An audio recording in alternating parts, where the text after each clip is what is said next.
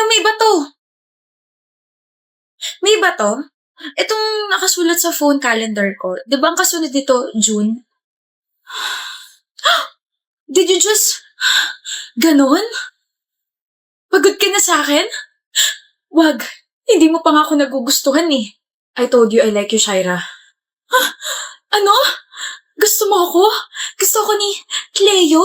Nakalimot ka na? Hindi. Gusto ko lang manggaling sa bibig mo para alam na iba na may gusto ka sa akin. Like, hindi mo ba alam na they like me so much? Like you? You like me, I like you? Ewan ko sa'yo. Stay safe! Love me. Ang hirap. Ang hirap mag-focus kapag nasa harap kita, Cleo. Mag-aral ka dyan. But how?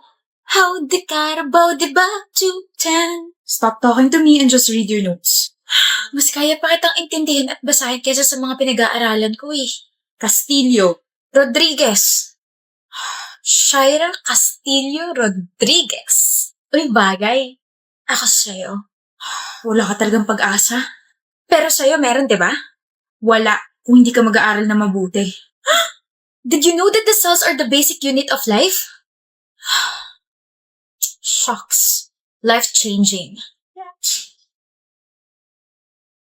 Shaira. Okay ba tayo? Oh. Shaira. Ano? Wala. Hoy, Cleo. Alam mo ba yung may gusto sa'yo? Si Shaira? Oh, pinagkakalat niya na may gusto ka raw sa kanya. O tapos? Ano tapos? Ang weird kaya. Anong weird dun? Weird as in, ikaw? May gusto sa kanya? Weird. Patawa ka. Anong ginawa mo sa kanya? Yo, chill. Anong ginawa mo sa kanya? Wala naman akong ginawa.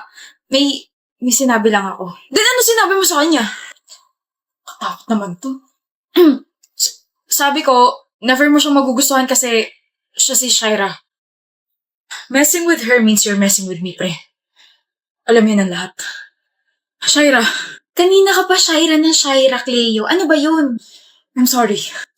Sorry saan? I'm sorry sa sinabi sa'yo ni Ay. Ipagkalit mo lang na gusto kita. Na patay ako sa'yo.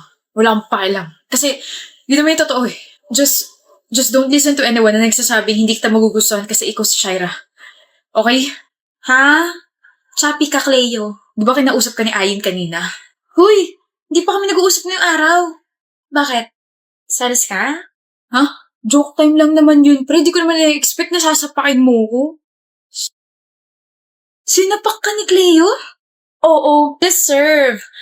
Alam mo ba, palagi siyang tama para sa akin, ha? Alam ba yon? So, anong ginawa mo sa kanya? Sensya na, pre. Di na mo ulit. Kinonfirm ko lang talaga kung may gusto ka dito sa makulit na babaeng to. I like her so much. I like you so much, Shaira. Uy! Alam ko! My heart, my brain, my lungs. Why are you so cold kanina? Pa-mysterious lang ako. Push and pull effect. O diba effective? Nandito ka ngayon ulit sa akin. Kinabahan ako sa'yo. Hala ko, hindi na kita gusto. Ikaw talaga. Gusto kita. Cross my heart, masapakman ulit siya. Wow! Kadiri kayo. Alis na nga. Sorry na, pinag-overthink kita, my loves. Lika rito, kiss kita sa cheeks kasi ako'y isang cheeks. She's back, everyone. My Shaira is back. Bakit ka nakaupo? Higa ka muna, Kara. Hi, Dennis. Hindi. Tatawagin ko muna yung doktor mo. Na-check na nila ako. Kamusta pakiramdam mo? Okay naman. Pero hindi ka raw umuwi? Nag-alala ko eh. Hanggang ngayon? Ano ka ba? Wala naman ako sakit. Sino hindi mag-aalala eh? Nag-uusap lang tayo tapos sabi mo hindi mo ko iiwan tapos bigla nagdugo yung ilong mo tapos bigla ka nahimatay sa harap ko.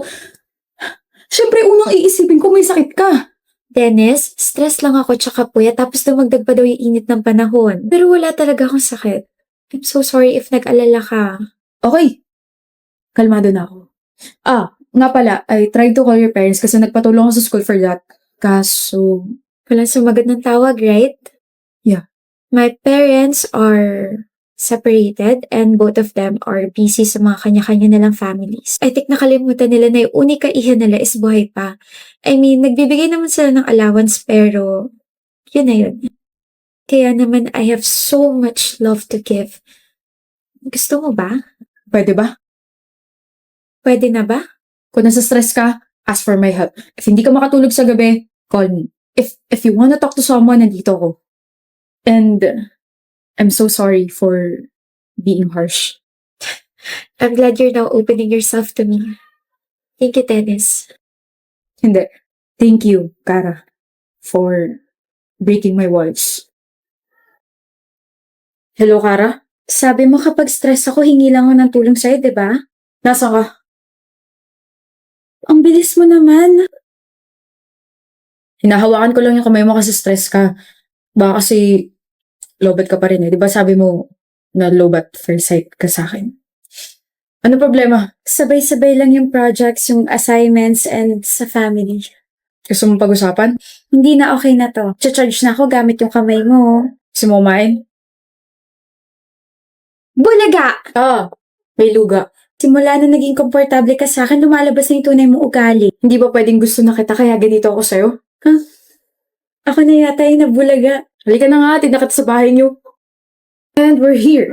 Thank you sa paghatid, Dennis. May nakakalimutan ka yata, Kara. Kiss sa pisngi. Ingot yung bag mo. Good night. Good night. Kara, Dennis, congrats sa atin. Graduate na tayo. congrats rin. For you. Thank you. Akala mo ako lang meron? Siyempre meron ka rin. Ako rin meron. First time ko makatanggap ng ganito. Baka first kiss ako na rin, ha? Okay, pumapayag na ako makuha mo yung first kiss ko ngayon. O hindi pa tayo, ah. Ako dapat yung nagsasabi niyan kasi inopen mo yung topic ng first kiss eh.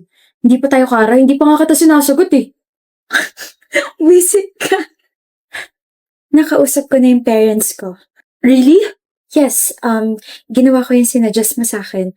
Inopen ko yung feelings ko sa kanila na bakit hindi sila nagpunta ng graduation ko, bakit hindi nila sinagot yung tawag nung na-ospital ako, bakit ganito, bakit ganyan. And? They were sorry. They actually thought na I was doing fine kasi nga lagi ako may allowance, diba? But they never thought daw na makakaramdam ako ng loneliness. I was mad. I was hurt. But I forgave them. Sa weekend lalabas kami and I told them na may boyfriend ako so they want to meet you. Sino? Sino boyfriend mo? Ako? Yes, ako. Baliw ka talaga. But I'm so proud of you for being brave, Kara. Hindi ko naman ito magagawa kung wala ka eh. Thank you, Bobby. Mahal din kita. Wow! Here's what you requested, Bobby. Your favorite ulam. And here's my gift. Pangkabuhayan showcase. Oh, mahal na mahal mo talaga ako, no? Naalala ko nung college tayo, sabi mo, if may magre-regalo sa'yo kapag adult ka na, gusto mo grocery tapos yung pan-display sa bahay. O, ayan na. Tapos isang sako ng bigas mo, nasa kusina. Thank you, Bobby. I mean, weird way to propose but it's a yes, mister. Bakit? Magpo-propose pa lang ako eh. Ha? Ito. Oh my gosh. Seryoso ba? Nakikita mo ba yung mga susunod na pangyayari? Ha? Nakakainis ka, Kara. Huwag ka na mag-propose. Ako na lang yung magde-declare. Dennis, my Bobby, I will marry you.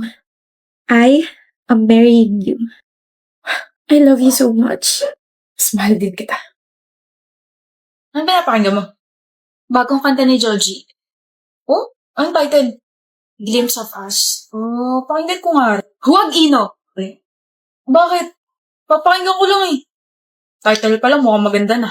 Ayoko. Bawal. Never. No. Bahala ka. Baka naman napakinggan mo na to. Kaya ini-insist mo na pakinggan ulit. Eh di sana hindi na ako nagtanong. Sus? Oh, sige. Para mapanatag ka, Mila. Tukol ba sa niya kantang yan? Sure ka? Gusto mo malaman? Well, it's a song all about being in a relationship, pero iniisip mo pa rin yung ex mo or someone else. Kaya naman pali. Baka ganun ka. Nakikita mo sa akin yung ex mo o kaya mo lang ako ginawa para pagselosin siya. Mila, baka nakakalimutan mo wala akong ex. Oo nga pala. Tanggal angas ko rin ah. Now's my turn. Baka kaya ayaw mo mapakinggan ko yan kasi ayaw mo malaman ko na iniisip mo pa rin yung ex mo. Ano? It's just a question. Hoy, hindi ah. You don't need to shout, Mila. Para kasi ang defensive pakinggan. Hindi ko siya iniisip. Hindi ko iniisip si Q. Wala naman akong binanggit na pangalan. Huh? Banana Q. Gusto ko ng banana Q.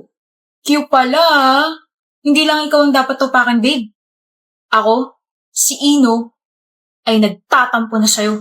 Ay, sait mo na. Ino! Bakit parang bumaliktad yung sitwasyon? Kasalanan ko na? Joji, grabe ka na. Visit.